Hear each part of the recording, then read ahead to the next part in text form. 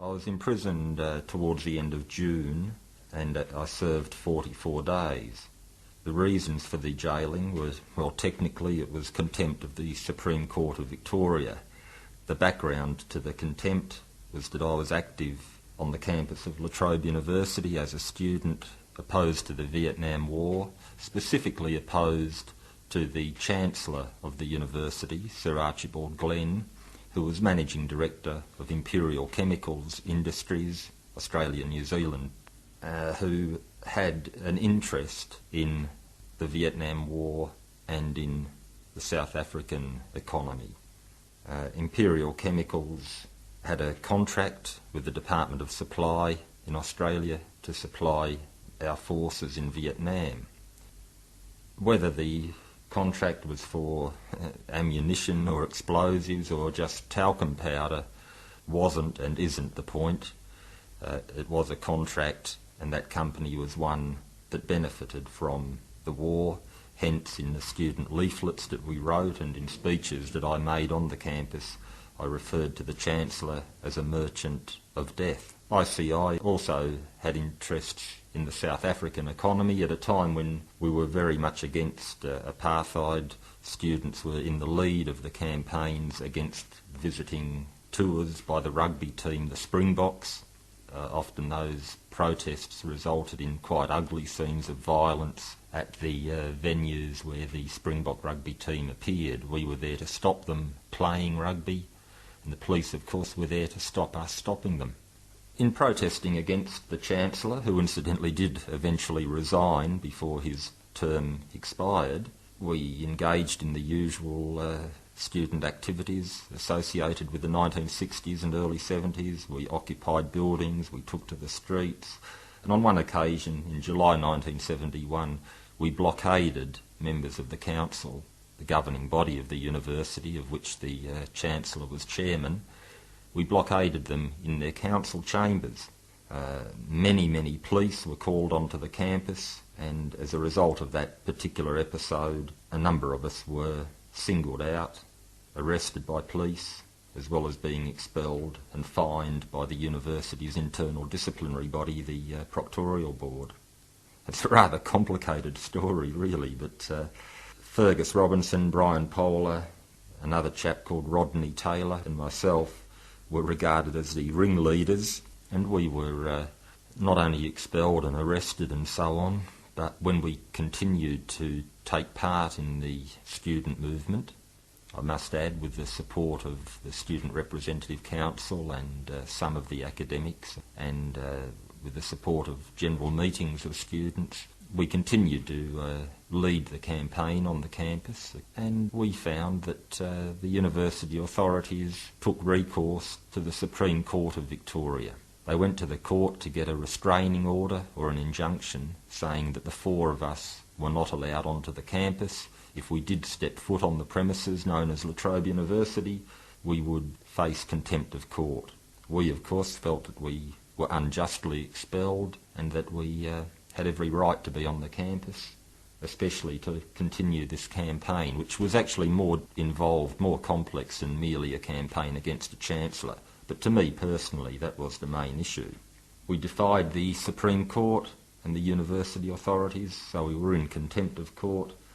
Unfortunately for us, contempt of court means that you're jailed without trial and no sentence is set.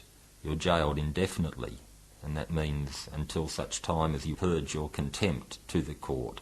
And that means promising to obey the injunction, and we weren't prepared to do that. The injunctions had been obtained, I think, in March 1972, and it was the court agreed on application of the university authorities that we were in contempt of court for continuing to go on the campus. Fergus was the first one to be caught.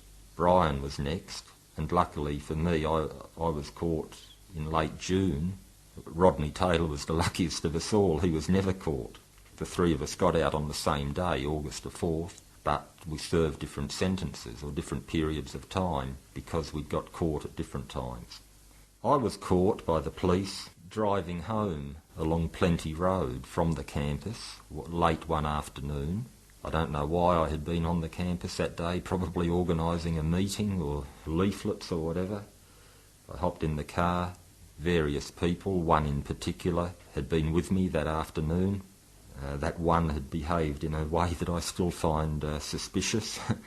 But I found that no sooner had I left the campus premises and was driving along Plenty Road on my way home to Brunswick, then all of a sudden, just as I got to the drive-in and the oval on the left side of Plenty Road, I felt a car overtaking me. I looked out my window, and lo and behold, I think it was a plainclothes group of police in an unmarked car, and one of them holding up a plastic sign. It was white with red letters, and it simply said police in very big letters.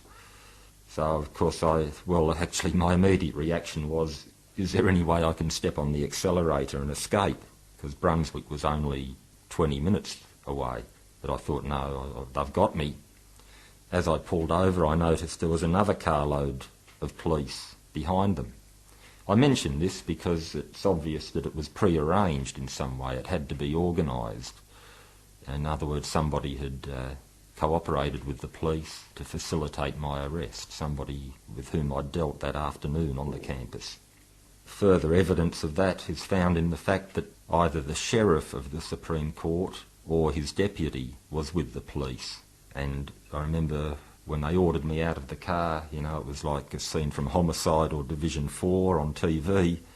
I had to spread my legs and put my hands on the top of my car while they frisked me as though I would be armed or something. And the sheriff or deputy sheriff then read out this writ of attachment, which was the legal mechanism for lodging me at Pentridge Gaol for contempt of court. Apparently, contempt of court, in that sense, goes back to medieval times in England, when the sheriff might issue a writ of attachment for the beheading of a peasant or serf who hadn't paid their rent to the landlord. From there, the police put me into the main car, the unmarked car, and they put handcuffs on me and just drove me to Pentridge. It was quite frustrating because along the way I had this weird feeling, a weird sensation that I was really on the way home, because the route they travelled along was the way I would normally drive home. And I thought, gee, by the time we get to Pentridge, my home in Brunswick would only be 5 minutes away. I could almost smell my mum's home cooking.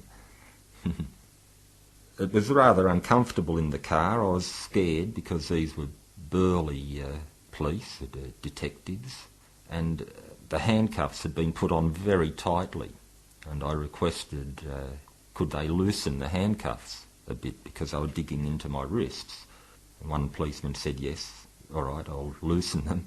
And of course he tightened them even more. And I was getting a bit worried by the time we got to the jail about my circulation in my hands.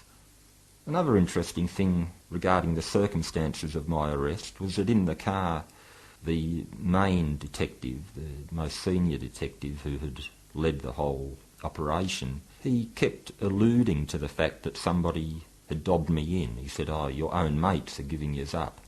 And I thought either that's true or he's trying to sow discord among the ranks of the radical students. On reflection, I now think that he was probably actually gleefully telling me the truth.